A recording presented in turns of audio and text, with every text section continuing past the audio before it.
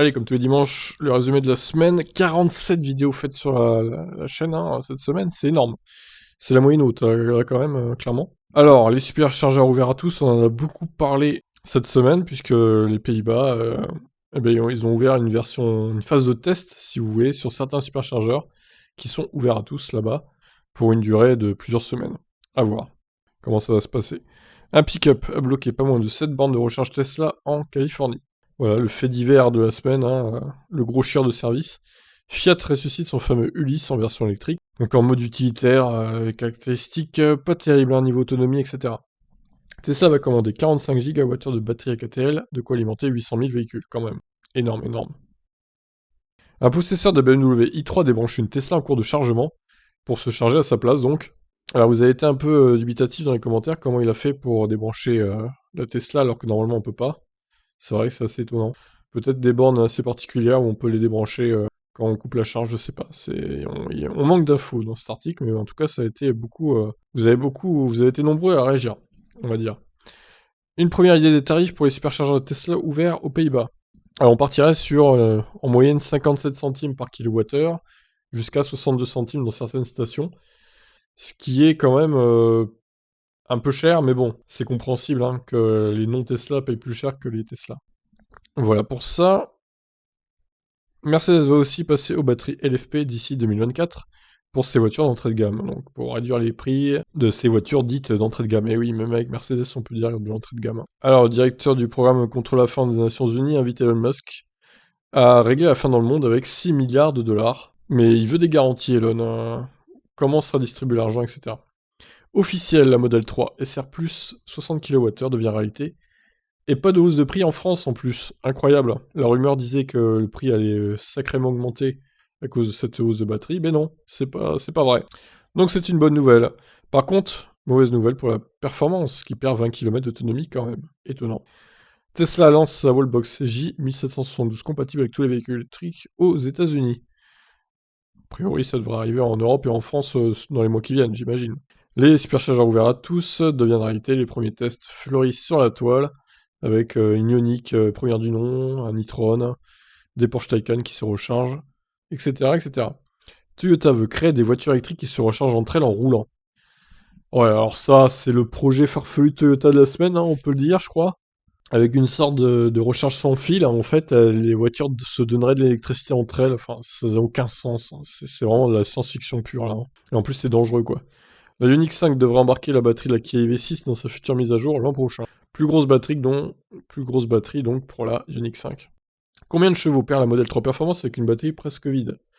Eh ben, moi je vous donne la réponse directe, c'est presque 136 chevaux, entre 75 et 15%. C'est quand même la puissance d'une i208, donc c'est beaucoup, c'est beaucoup. Point P passe à l'électrique avec le Supervan, donc bon, ça c'est pas très intéressant pour être honnête. Volkswagen présente officiellement ses ID5 et ID5 GTX. Moi-même, l'arrière m'a fait penser un peu à la Ioniq, la première Ioniq, mais en plus gros évidemment. Donc bon, à voir les prix hein, comme d'habitude. Alors, en plus du fait qu'elle augmente son autonomie, la Model 3 SR+ devient Tesla Model 3 tout court en fait. Le sigle Standard Range Plus part, il s'en va. C'est plus le cas. Donc ça devient Model 3 tout court, il y a Model 3 tout court donc, Model 3 long range et performance. Voilà pour ça. Musk précise que Tesla n'a rien signé avec Hertz pour l'instant, donc le fameux contrat de 100 000 voitures, c'est pas encore d'actualité officiellement. X-Turismo Limited Edition, une moto volante futuriste hybride électrique thermique pour 586 000 euros. Ouais, bon, un truc encore de science-fiction. COP26, le groupe britannique Johnson Matthey présente sa batterie à technologie eLNO, dans une monoplace donc, de Virgin Racing. Tesla met à jour ses tuiles solaires avec un rendement de 22% supplémentaire. Pas mal, pas mal. New Motion devient Shell Recharge Solution, un autre géant du pétrole qui rachète une petite société de recharge pour VE. Alors à quand ChargeMap racheté par Shell ou Total du coup? Ça pourrait arriver, hein. Bon, j'espère qu'ils resteront indépendants quand même. Alors les annonces Le Bon Coin, j'ai vu un Niro design à 21 900 euros, mais beaucoup de kilomètres quand même. Certains modèles vont poser problème au superchargeur, comme le dit e-tron. Dans une autre vidéo, on reviendra sur tous les modèles qui vont poser problème du coup. Zip Charge Go, une powerbank spéciale pour voiture électrique. Donc a priori, un système de location par mois, pas d'achat à proprement parler, donc ça devrait être tellement cher, faut dire aussi que c'est pas étonnant. Le nouveau Kangoo Z2 va finalement atteindre les 300 km d'autonomie. Bonne nouvelle, même si, bon, ils ont pas mis la batterie de la Zoé. Hein. Étrange. La Chine passe la barre du million de bornes de recharge publique. Et 2 millions au total. Incroyable. Ford F-150 Lightning, le pick-up électrique cartonne après la réservation. Donc je pense qu'il va y avoir plus de demandes que d'offres en fait. Il va falloir qu'ils vont pas arriver à suivre chez Ford. Des chercheurs US travaillent sur la recherche sans fil à haute puissance et ça progresse bien. Apparemment, il serait monté jusqu'à 120 kW. C'est incroyable. Avec un rendement exceptionnel en plus. Volkswagen ID Buzz, nouvel aperçu, teaser, surprise. Oula, attendez. Nouvel aperçu surprise plutôt, ça sera plus français. Du futur combi électrique, bon, rien de très probant à se mettre sous la dent, pour le coup. Nouvelle hausse de prix chez Tesla aux États-Unis. 1000 $ supplémentaires. Terrible. Hyundai va présenter son SUV Ioniq 7 le 17 novembre prochain. Donc, à voir ce que ça va donner. Ensuite, Zero Motorcycles dévoile les nouveautés concernant ses modèles 2022. Alors, ils vont notamment sortir des motos avec bridage de la batterie, bridage qu'on pourra débloquer en payant un supplément. C'est un peu dommage. C'est un peu mesquin. La NHTS Force Tesla a rappelé 11 000 véhicules. Pour pas grand chose, puisque les mises à jour ont été faites déjà. Étonnant. Aura 401, la compacte électrique chinoise dévoile ses prix en Grande-Bretagne. Moins cher qu'une ID3, mais en même temps, moins performante aussi. Donc ceci explique cela. Voici pourquoi l'ordinateur de bord des modèles SCX est aussi puissant que la PS5. Un article qui décrit donc ce fameux ordinateur de bord.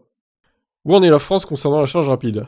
Alors c'est vrai que par rapport à de nombreux pays, on en a plus, mais en même temps, la France est tellement grande. Il faut qu'il y en ait beaucoup. Mais par contre, la France, par rapport à l'Allemagne, je suis désolé, elle est très en retard. Donc, on manque cruellement de bornes de recharge rapide. Pour qu'on soit bien, il faudrait qu'on soit au moins à 10 000, quoi. 10 000 bornes rapides, qui à 50 ou plus, déjà, ce serait pas mal. Mais là, on en est loin. Hein. Je vous laisse aller voir la vidéo en question. Drag Race, une Model S Plaid affronte une Ferrari SF90 Stradale.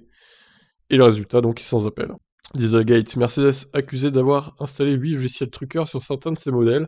Donc voilà, Dieselgate encore au cœur de l'actualité avec Mercedes. En 2018, Musk promettait une citadine électrique Tesla, elle aurait pu ressembler à ça. Bon, maintenant, le temps qu'il sorte une citadine chez Tesla, mon avis, ce sera pas avant 2028-2030. Hein. Au mieux. Le temps qu'ils sortent la compacte déjà. Après, on verra. Alors, superchargeur ouvert à tous, voici les modèles non Tesla qui vont poser problème. Et oui, parce que certains ont des recharges à l'avant gauche et à l'arrière droit. C'est ce qui va poser problème sur les superchargeurs. Et il y a beaucoup de modèles, dans tous les modèles Volkswagen notamment. Ce qui est quand même un problème. Volkswagen, ils ont même pas anticipé ça, quoi. Quelle erreur. Vers une Alfa Romeo Quadrifoglio électrique dès 2024. Imparato va réfléchir à la question. Apple recrute un ex chez Tesla pour sa conduite autonome, donc le projet Titan toujours en marche. C'est la fin pour Byton qui devrait faire faillite dans les prochains mois. Byton qui n'a pas pu produire son M-Byte à grande échelle, dommage. Elon Musk demande à ses followers Twitter s'il doit vendre 10% de ses actions chez Tesla. Donc la réponse est oui pour l'instant. Contrairement à Tesla, Lucid ne pense pas que les cellules 4680 seront révolutionnaires. Lucid qui aime bien critiquer Tesla. Et enfin, les Ford Mustang Mach-E et Ioniq 5 ont reçu 5 étoiles au crash test Euro NCAP. Je vais d'ailleurs rajouter Euro NCAP, parce que c'est pas précisé, effectivement. Hop. Donc voilà, bah écoutez, beaucoup d'actu ce week-end, enfin cette semaine plutôt, et ce week-end aussi d'ailleurs, concernant la voiture électrique. On se retrouvera la semaine pro pour d'autres actus évidemment. Je vous invite à rejoindre ma chaîne sur la Formule 1 Team F1. Le Grand Prix du Mexique est en clair sur C8 aussi tout à l'heure, à 20h le départ, donc si vous voulez aller voir, hein, à mon avis, vu la grille de départ, ça va saigner. Et il y a aussi ma chaîne Tip Stories, on parle d'un peu tout, du jeu vidéo, des trucs sur internet, du Covid, etc. Voilà, je vous laisse vous abonner à tout ça, et je vous dis à la semaine pro, enfin à lundi, demain donc, pour de nouvelles actus. Ciao.